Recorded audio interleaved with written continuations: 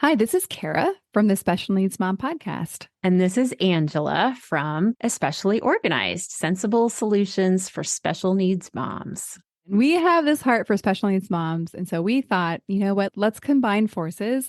And we have come up with what we're calling the Purge Party. And you can pretty much guess what it is. It's a party where we're going to come together and we're going to purge, or in general, accomplish a goal, a small goal together. So we have set this for January 27th, starting at 8 o'clock for my Pacific Coast people. Which means 11 o'clock for all of you on the East Coast. So this is an opportunity. If you have something on your to-do list that has just been stuck there and you are wanting to move it up on the list, you're wanting to tackle, maybe it's a space or an area of your home or a category in your home that has just needed a little time and attention. This is your opportunity for you to be online with us while you work and have access for us to help you answer your questions, help guide you, and just serve you for those 2 hours. Yeah, exactly. And I think you can tell like what we've designed is just this very high level of support for that project that you just haven't been able to tackle on your own. The thing that we are envisioning is that you get to leave this purge party feeling so accomplished because you did the thing. You started the year off getting that thing done that you were stuck on last year. And so it's a momentum builder, if you will. You can go ahead and sign up. We have a link ready for you. And we are offering this for $40 for the whole experience. Absolutely. And we hope you'll join us. I think it's going to be really fun. It's going to be a great group of moms of special needs kids. So we all get each other. We all have an understanding of what it's like to have something on our to-do list, but just we haven't been able to tackle it yet. So I hope that you will join us. We're super excited to bring this to you, and we are thrilled to work with you. All right. We'll see you all there.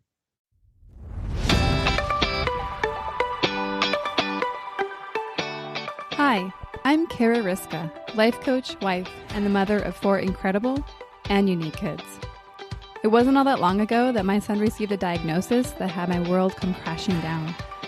I completely lacked the ability to see past the circumstances, which felt impossible, and the dreams I once had for my life and family felt destroyed.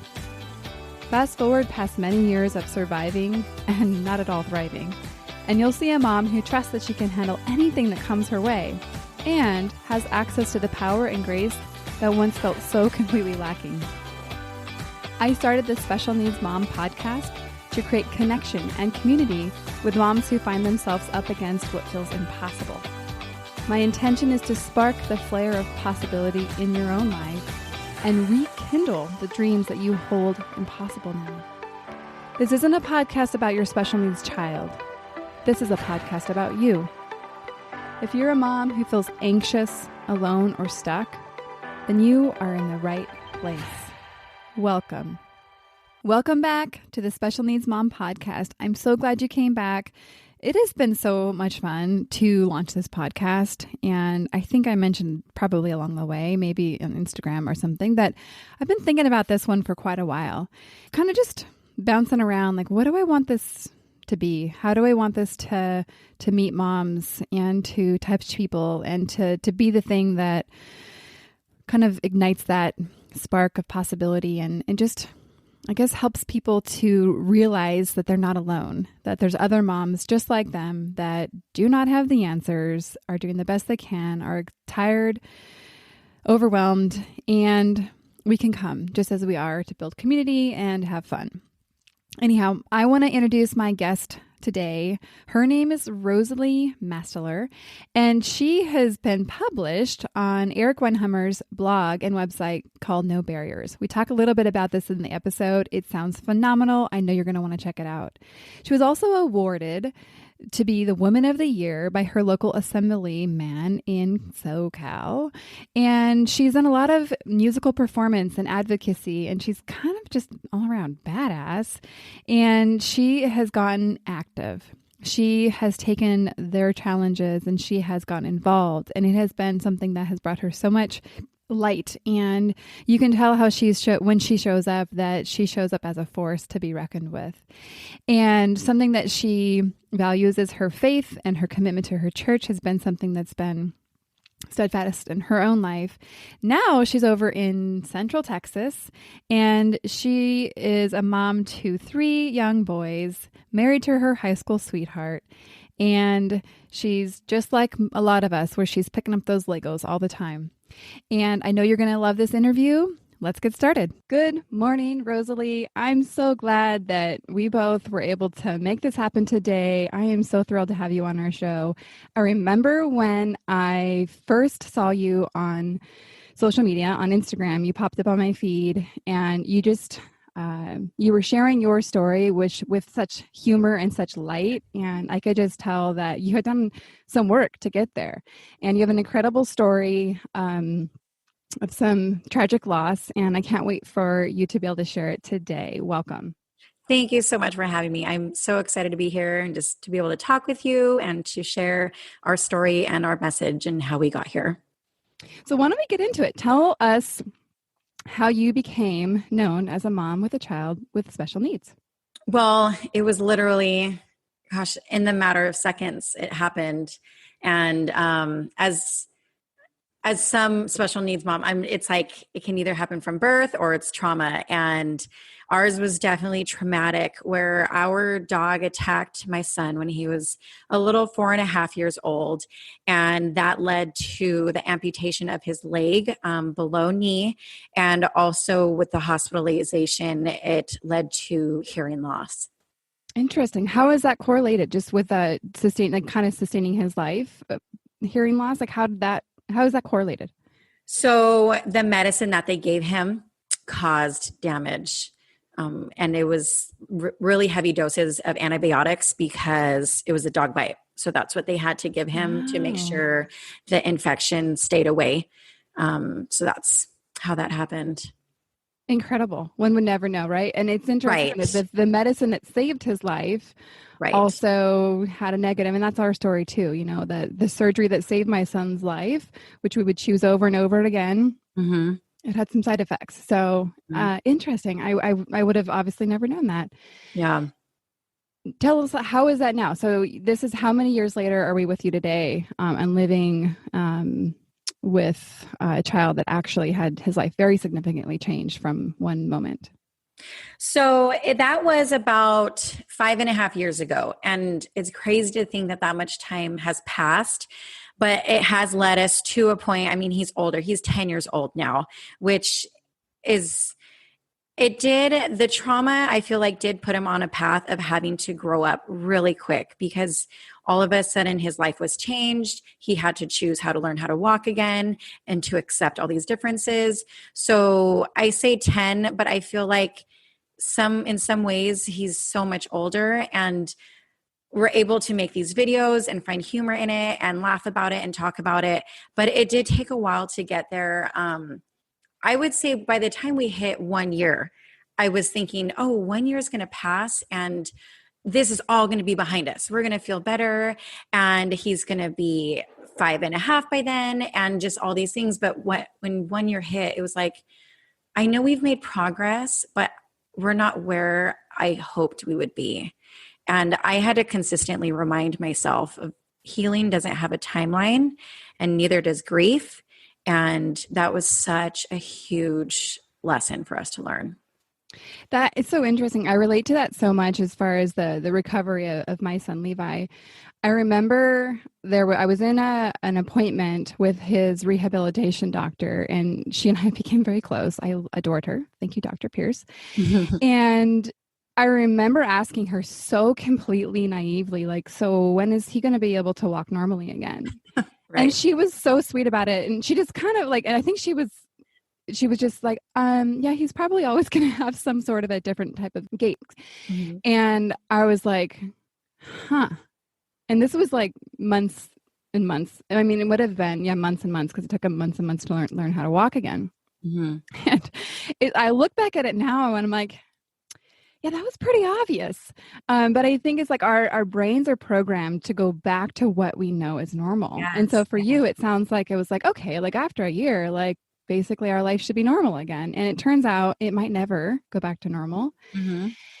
And actually, that was a question I was thinking about asking you. So obviously a lot changed for you that day. Your child became somebody who who's now living without a leg. What changed for you in that day? Like, what do you notice if you look back at life before and life after? What do you notice shifted for you as a mom? That's a good question. I would say an almost immediate shift, and not necessarily a shift, more like a perspective and a realization, was my faith.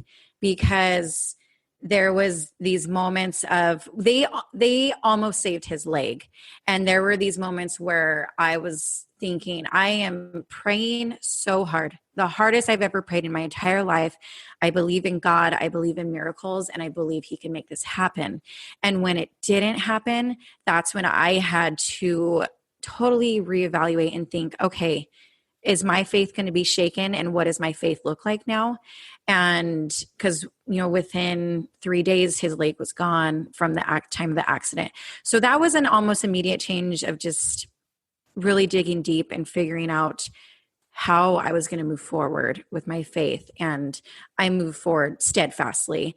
As a mom, though, that was more as a person. As a mom, as time passed and as I realized just how traumatic it was and how much it affected him as a child, I had to figure out how to be a mom to a whole new kid, and to think, okay, this is almost not the same kid. There's so many of the same qualities, but there's more, and I need to figure out how to deal with that. And that took, I mean, I can't even put a timeline on it. I feel like it took so long, and to realize that, okay, this so much has changed, and I have to accept that, and I have to figure out how to do this all over again. Yeah, and I think what I've realized is it changes as they continue to grow, right? Like, so when I was parenting a 2-year-old that was dealing with these challenges, we had very different. I mean, I was dealing with like, okay, how do we keep him alive? Like, was kind of what I was dealing with. And now, as my son is 11, it's like, okay, now we're dealing with we have the sustaining life part. We have that down mostly well. Now it's like, okay, how do we keep the walls in our house intact? So what kinds of things did you do for yourself as you navigated figuring out how to be that mom, how to process the grief, and how to accept this new life that you had? I feel like right afterwards, there wasn't anything necessarily specific, but after time, and especially after his hearing loss, that was when I sat down and started writing the memoir that I have finished today. And I spent probably about 2 years from beginning to end, just writing it and figuring out my feelings. And I didn't do it necessarily for a therapeutic reason. I did it mainly to be able to put our story into words for our son Hunter, and as an act of love of, hey, this is what happened, and I want you to know all the feelings that came along with it, how our faith played a part, and all the details, because he is going to wonder, like, okay, mom, like, how did this happen? How was I attacked by our dog? And, all those little details in between, because he was so little. So that was one thing that I felt like helped me to just kind of work through everything. And I read a lot. I love reading other people's stories, inspiring stories, how they overcame trials and challenges, like Amy Purdy. That was one of the first books I read. I have a whole list of them. So those were things that I did often. Yeah, I'd love to actually get a handful of those books so we can put them in the show notes, because I love reading. And I think that's one of the hugest reasons why I want to start this podcast, is because I do believe that as we connect to one another's story and circumstance, while they're never going to be the same, I think we see ourselves in other people's stories, and we're inspired and we're encouraged, and we think, okay, they're a human. I'm a human. They did it. Maybe I can do it too. Yes, that's exactly. And it's a connection, and it's that feeling of I'm not alone, and that feeling of they did this and I can do it too, and seeing how they did it, and just almost that study of people, like how they overcame such amazing challenges. Yeah, definitely. Switching gears a little bit, I want to go back to that day, the day of the accident. And I'm curious, because I think back to kind of the day that everything changed for us. When you think back to that day, what moments or what thoughts come to your mind most significantly? Pure fear. At the same time, I still had hope that he was going to be okay. It wasn't until I found out, and it wasn't until we were in the hospital and I was signing a consent form that I found out that his leg had the possibility of being amputated, was when it started to come crashing down, because I had no clue what that would look like. You know, all of a sudden I'm going to have to say goodbye to part of my child's body. How do I do that? What is that going to look like? What is his life going to look like? I didn't have doubts that he would have a good life. I knew he would have a good life, but I knew it was going to be completely different than I had ever expected and I would have ever wanted for him. Right. I mean, we would never choose the challenges that we have to see our children going through. Something that, so my son is blind in his right eye and partially vision affected in the other eye. So when he was little, I would find myself walking around kind of defending for him in the way of, like, you know, watching for curbs and watching for cars that were coming that he literally couldn't see. Not that he was very good at looking for them at that age anyhow, but I found myself kind of showing up in the world in a way that was really, knowing that I needed to be looking out for him. So I'm wondering what it's like for you. Your son's very able. Mm-hmm. However, his body is different than the body he was born with. And I can imagine as a mom that there's an instinctual protection of wanting to protect him. Mm-hmm. So how do you navigate the protection, but also letting him be a boy and explore and hurt himself and do all the things that boys do? That is such a good question, because that's so hard to do. Because as moms, we want to protect them, but we also know that they need to learn, and they need to learn how to get back up when they fall, both mentally and physically and spiritually, all of it. So that is so hard. I think dads are sometimes a little bit better at that than totally moms. I think though, physically, because he is so able, and the hearing loss, I mean, that does, for example, we were just at the dentist and she needed him to take out his hearing aids to get x-rays. And I thought it was so funny because she's like, okay, take him out. And he handed him to me. And then she spoke to him at the same level she was speaking to him before. I'm like, really? And I wanted to be like, can you talk a little louder? Like, he can't hear you. But he was able to figure out what she wanted because it was such simple instructions. But just things like that where I feel like I want to call people out sometimes, but I've had to develop a thicker skin of knowing, like, people, they just don't know. They're not educated. They're not aware. Like, I'll never forget this one time we were in an aisle at a store and it was only us and this kid and his mom. And he was a young child and he was like, Mom, that kid's leg, which happens all the time. And, and the mom goes, oh, he just has a leg brace and it's just a little different, just like how you have a birthmark on your arm. And I was like, my kid's missing leg is not like a birthmark that is on your kid's arm. Like, that is not comparable. But I had to just be like, okay, if that's how she wants to explain it. It was her best ability to explain it. Yeah. Right. And she was doing the best she could. Yeah. But it is a little laughable, right? Like, but again, she was doing the best she could, but not the same. Right. Not the same at all. Yeah, I think that's the thing is, because I don't know if you guys have done a lot of therapy, like physical therapy and going places, but we've done a lot of therapy. And so we'll go to places where there's a lot of kids that have a lot of differences, whether it's, tracheotomy and just a lot of scenes that you don't see everywhere every day. And so my kids would often ask what's going on over there. And it is that challenge to explain as a mom in a way that's dignifying and respectful of that other human being, not knowing how much they like to talk about it. And my answer, I don't know if it was good or not, but it was just like, everybody has a body and that just happens to be that the way that their body is, the way that God made their body and what their body needs. And I don't know. It was the best I could do at the time. So, so I want to actually go back to, we touched a little bit on the grief and trauma before, but I wanted to have you expand a little bit about what are the things that you do to cope and to kind of stay in a place where you can be the mom that your son needs you to be, but also to navigate your life and what you're doing as a mom. One of the biggest things I do for both Hunter and I is I never try to push down our feelings. If he wants to cry, if he wants to be angry, If he needs me to just hold him while he cries, I do it. And I think that helps both of us, because there are times when I don't want him to see me cry because I feel like that could possibly make him feel worse. But there were times where I did just cry with him and just tell him, I know this sucks. This sucks. And I'm just going to cry with you right now. And I think that's one of the biggest thing, is learning how to navigate through those feelings.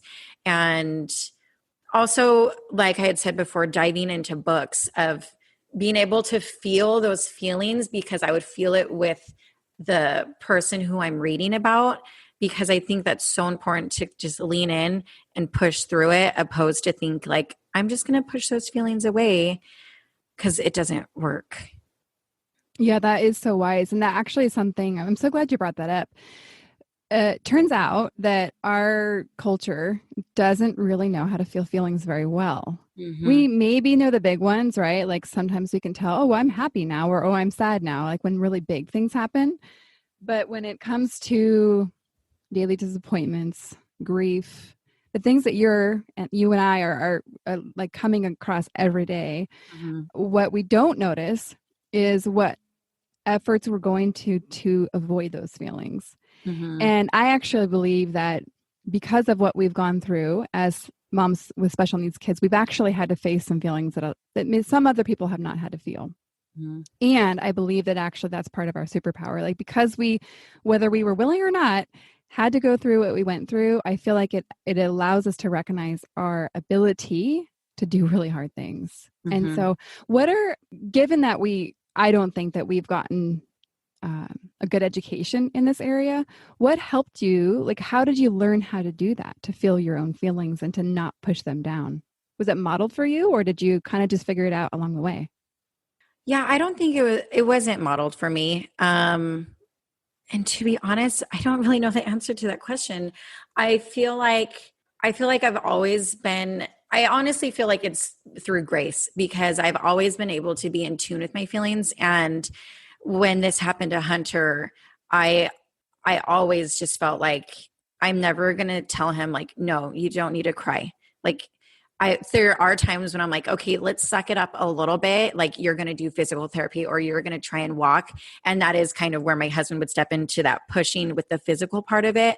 But when it came to emotions, it was like, let's talk this out. Let's cry about it. And let's, figure out these emotions. But I've always, and I think after everything, I started to really realize the blessing of having emotions, the huge array of emotions, not just mad, happy, sad, but we have been given these emotions to feel them, and they make us who we are, and they help us to get through things. Yeah, definitely. All of us want to have the happy feelings. We're like, yeah, we'll take that. But we forget that it also means we have to have the balance of all the other feelings too. And so everyone's like, well, can I just have 90% of the good feelings and like 10% of the bad? And one of my mentors will say, like, it's 50-50. Like, it's going to be 50 good, 50 bad. And it doesn't mean like in every day it's going to be half good, half bad. Sometimes you might have some seasons, but I don't know. For me, it's so good to bring that perspective in. What are the things that still you find are the things that are hardest for you to feel and or really to hardest for you about your life? The perfect example is Hunter just started a new school. We just moved here to Texas, and I could tell he was having anxiety with starting the new school, and part of me just wants to take that away for him. And I think there's a lot of different things. He won't, as of right now, he won't say like right out, oh, it's because of my leg or it's because of my differences. He's gotten to the point where I feel like his confidence has really grown, but I feel like there's that underlying thing of he doesn't really realize maybe that's why he's feeling anxiety. He has that social anxiety. But the night before school started, I was up till 2 a.m. and I am not a night owl at all, but I just couldn't sleep because I just couldn't stop thinking about what if he goes and has a bad day? What if he goes and someone makes fun of him? And on his first day, someone makes fun of him and he never wants to go back again. And just all these different things of him feeling like he's different. But he had a great first day and he Yay. is loving school. I know. And so my fears were gone. We just had to make it to the other side. And I think that's one of the big things that I've had to teach him. So I know you're scared to do this. I know that you're worried, or I know you don't want to get a new leg because you're so comfortable in this old leg, but we have to get to the other side. And so we have to keep moving forward. Yeah.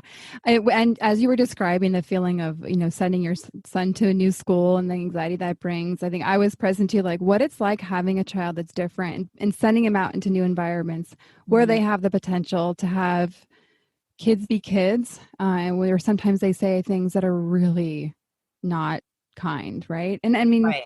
any child is, could potentially be a victim Yes. of this, right? But our children just happen to have a couple extra things that make it easier for people to Right. find reasons to call out their differences. And oh man, like it is so hard sending your heart out there. And I know when I've been in discussions with his school team, it's so easy just to want to kind of protect him and to keep him sheltered, but that also could stifle his greatness. So man, it's a tough balancing walk, and Yeah. part of the vulnerability of being a mama. Something that I've learned about you is that you put a lot of energy into being an advocate, and you make the funniest, most funny, I don't know, whatever English is correct there. The funniest, that's a word, right? Yeah, you got Videos, it. and you spread a lot of awareness, and you're teaching others about differences, and you're encouraging people to ask questions. So kind of tell me a little bit more about this. What encouraged you to do that? I feel like we were put into this position and I wanted to just have a positive spin on it. I didn't want it to just feel like, oh, my kid's this way and we're just going to sulk at home and be bitter. Yeah, I've been given this platform and I would have never, ever asked for this platform. I never would have even asked for an opportunity to have a story to put into a memoir form. But it's here, and I just feel so strongly and so inspired that there is a reason why we were put in this position, and we might as well use it to spread happiness and to spread joy and awareness, and hopefully make others smile and laugh, and hopefully just help someone else. Whether it's another kid who's an amputee, be like, oh, I'm just like that kid. I can walk on Legos too, and it doesn't hurt, and it's funny. So I think that's our biggest thing. We just want to spread joy. Well, you do, because I look at the videos. I'm like, well, that doesn't look so bad. Which I mean, I don't mean in any way to make light of it, but I think that you are bringing a lightness and a humor, and like accepting, hey, this is our life, and we're going to make it the best we can be, and we're going to laugh about the things that we can laugh about, because you certainly have done your share of crying, as we've already talked about. And what's the biggest blessing that you can see? Like, so these horrible circumstances, they do bring a lot of blessing. They bring that perspective shift that you talked about earlier. What are the biggest blessings that you see as a result of your experiences? There's so many blessings. And on that specific note, I think it's important to remember that it is our choice to see the blessings. And I am so grateful that I've been given a heart that has been soft and open to seeing all the blessings that we have received since the accident. And I feel like I have a huge list, and I don't even think I'll be able to think of them all off the top of my head. But one of the first things I would say is the people and the community we've come in contact with have been huge. I've been able to give Hunter mentors that I never would have been able to give him if he didn't lose his leg or his hearing. And these are amazing people who encourage him and love him and support him and want the best for him. And most of all, who get him. And they're able to relate to him because they have been there or they have been through it, where I can't offer that as a mother. So that's been a huge blessing of this community, of being able to travel just all over the country to different camps and to meet people and to have this new camaraderie. That's a huge blessing. I would say for Hunter as a person, his blessing of compassion, I don't think he would have the compassion that he does if he hadn't gone through what he went through. And that is one thing that I just look at him, and he has such a big heart, almost to where he's so sensitive. Like he loves animals, and he saw one lizard biting another lizard, and he's in tears, and he's like, Mom, they're hurting each other. And I'm like, Hunter, you have such a big heart. You have such a soft heart, but I wouldn't change that for anything because he's such just a loving person. And I really feel like it came from going through those trials. Yeah, I think when you realize that these kids have been through something in their life that hopefully many adults have never had to go through, something so significantly challenging, that I definitely think it molds their character. And I don't know how my Levi would have been prior, before, because he was so young when he had Right. his tumor. But I see that as well, that like his ability to connect and care for other people is it's astronomical. And I also think that he's experienced such an outpouring of care for him that I think he can tell how people genuinely care and are concerned for his well-being. And so it's just amazing to see. I don't know. I'm always so excited to see, what is this boy going to do with his life? How is he going to use his unique set of gifts and his quirks and his abilities to share his light?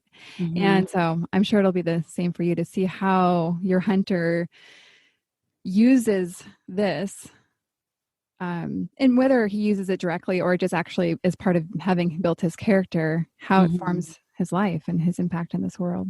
Yeah. I'm curious also, just as we look at motherhood, knowing that it takes a lot for you to, I can imagine like with getting him to the support point appointments that he still needs, to the audiologist, and to get new legs. And, most moms aren't having to make appointments to get new legs. Right. Right.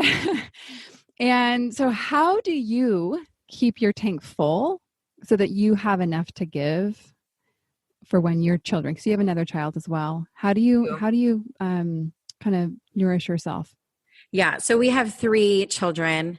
And I would say, I just try to take time to, listen to my favorite podcast. I make sure I take time to just get out and do a little run. And I am so blessed to be able to stay home, to be a stay-at-home mother. And my husband, goes off to work. And I feel like that does give me time to just feel at home and feel in my own skin, and not, I feel like life is always go, go, go, even if you are a stay-at-home mom, but there is a difference. And so I'm grateful for that time that I'm able to have at home. But I've never felt, there are times when I have felt like I was stretched as a mother with my abilities, but not as a person. And I think that's partly because I live a fairly simple life, and I have a lot of passions and I have a lot of joys, and I'm able to fulfill those easily. Yeah. Wow. That's amazing.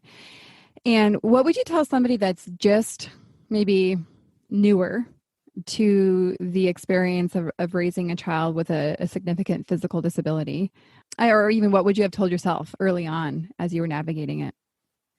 What I would have told myself, or someone that is new, is to be patient with yourself, to take it a day at a time, sometimes a moment at a time, to not put a timeline on anything and have these expectations. That was one of the big things that I think I did. There was one point where I feel like I did have a breakdown. It wasn't a huge breakdown, but I feel like there was this moment where I had a breakdown and just cry for almost an hour straight and just sit with my thoughts and think, why am I feeling this way? Why am I not able to get myself together? Why do I have these emotions that are just boiling and bubbling inside of me so much to where I can't even console myself?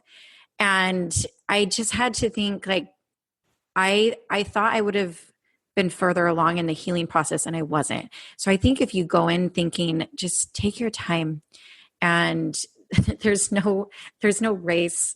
There's no finish line of, oh, all of a sudden we have recovered and we're healed and it was faster than that person. That's not how life works.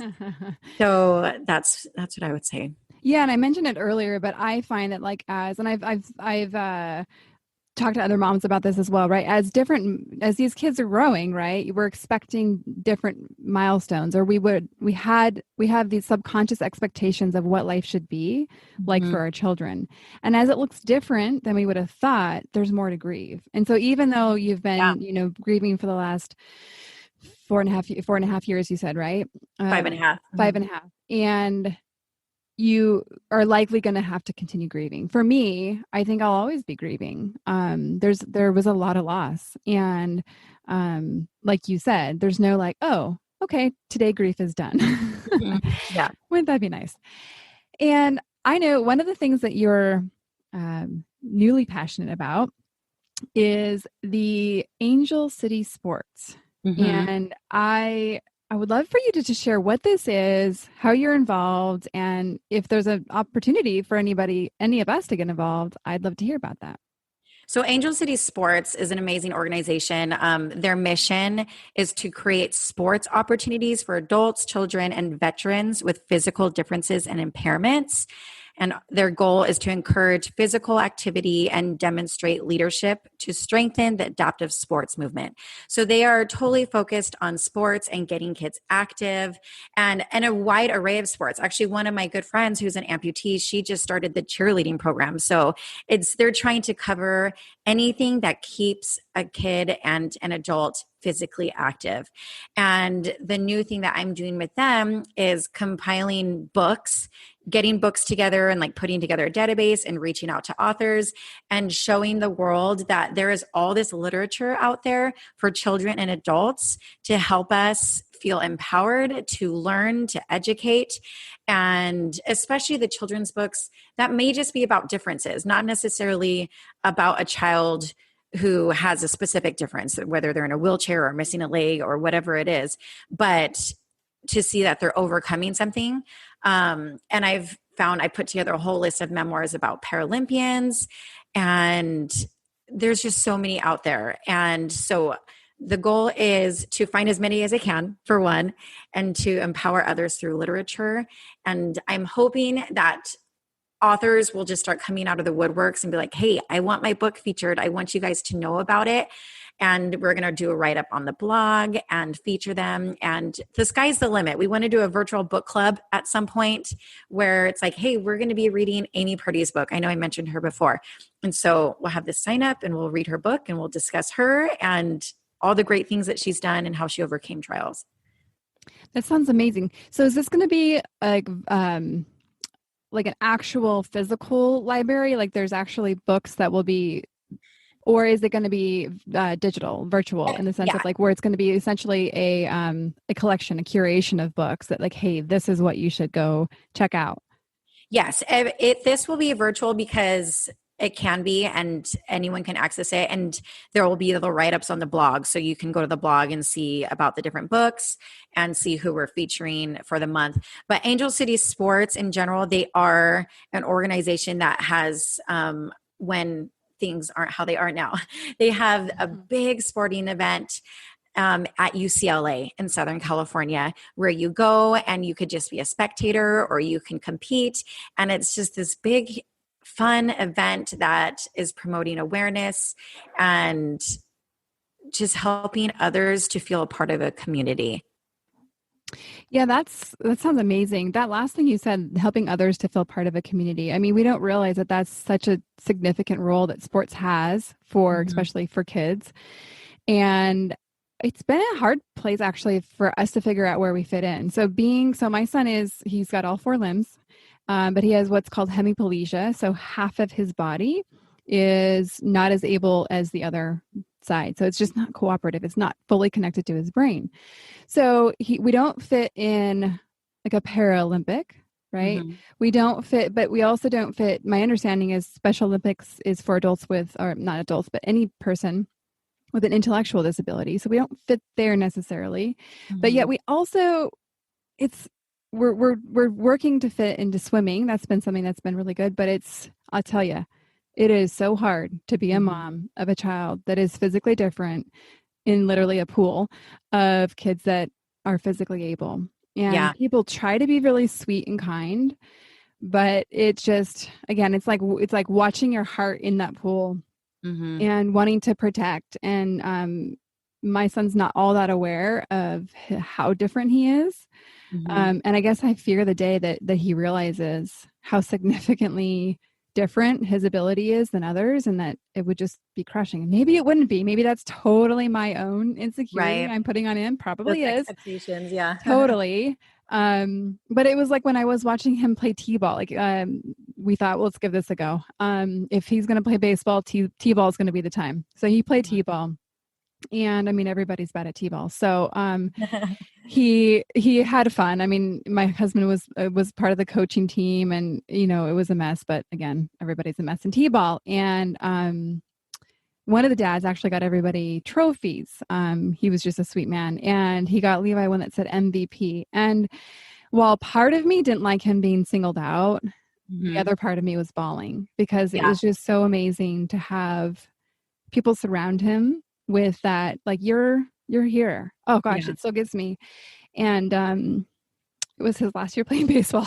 but anyhow, so the sports thing I think is amazing, and maybe we'll have to come check out when UCLA is back in action and right. we're doing things in person. Maybe we could rendezvous up there and do some Totally sports should. stuff. Yeah.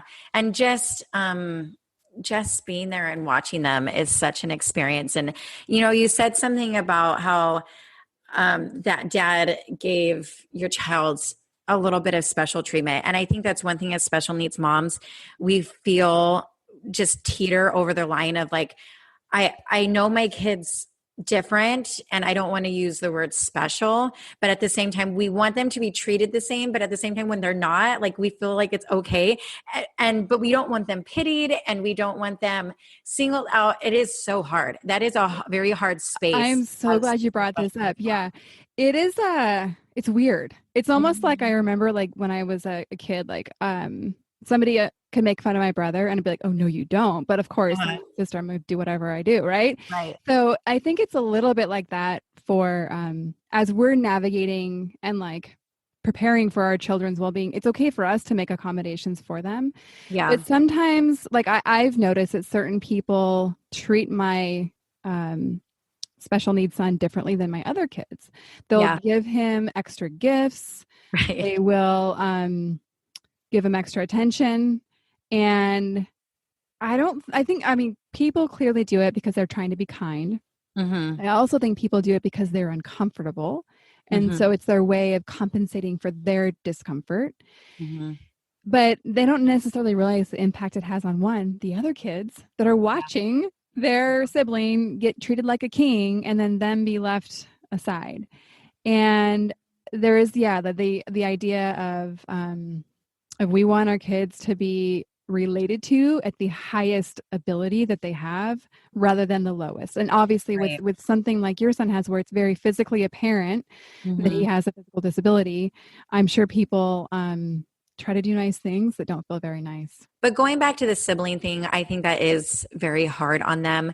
I think it takes more energy as a mom to make sure that those other kids know that they are just as loved and that they're worth just as much. And it's almost like we have to put a little more energy into them because there's so many other people putting energy into that special needs child. And there have been times when I've reached out to some of our good friends who we've met in this community. I'm like, hey, would you mind showing Kate some extra love? But don't send anything to Hunter. Hunter will understand and I will explain it to him. And Kate loved it. And he's only 7, so he's still little. My youngest is only 3, so he doesn't get any of this yet. But there have been times when I'm like, can someone make sure they show my middle guy just a little extra love. And they're he's got double whammy. He's middle and I have a kid too. That's fun. Oh, fun. Yeah. I think it's, my kids are very vocal about how things are not fair. And my response is, you're right. Life is not fair. Right. And what I don't tell them is, like, it's not fair that your brother got a brain tumor. So we're going to just go with life's not fair. And I'm sorry. But as soon as we accept that, we're going to be better off for it. So yeah. I was going to mention this one organization to you. There's this one that we discovered that has been I can't even put into words just how amazing it's been. But there's one called No Barriers, and it was co-founded by Eric Weinmayer, who's the first blind man to summit Mount Everest. And after he did that, he wanted to make this organization for people to come who felt like they had barriers in their life to break through them. Their motto is, what's within you is stronger than what's in your way. And it is for all abilities, even abilities of the invisible abilities that you wouldn't even think about, whether it's intellectual or anything. And it's amazing to go and to see this huge array of people and thinking everybody here feels like they have a barrier and they're here because they want to break through it. And I am so lucky to be able to be surrounded by people like that. And I would have not been given that opportunity or that chance if Hunter never lost his leg.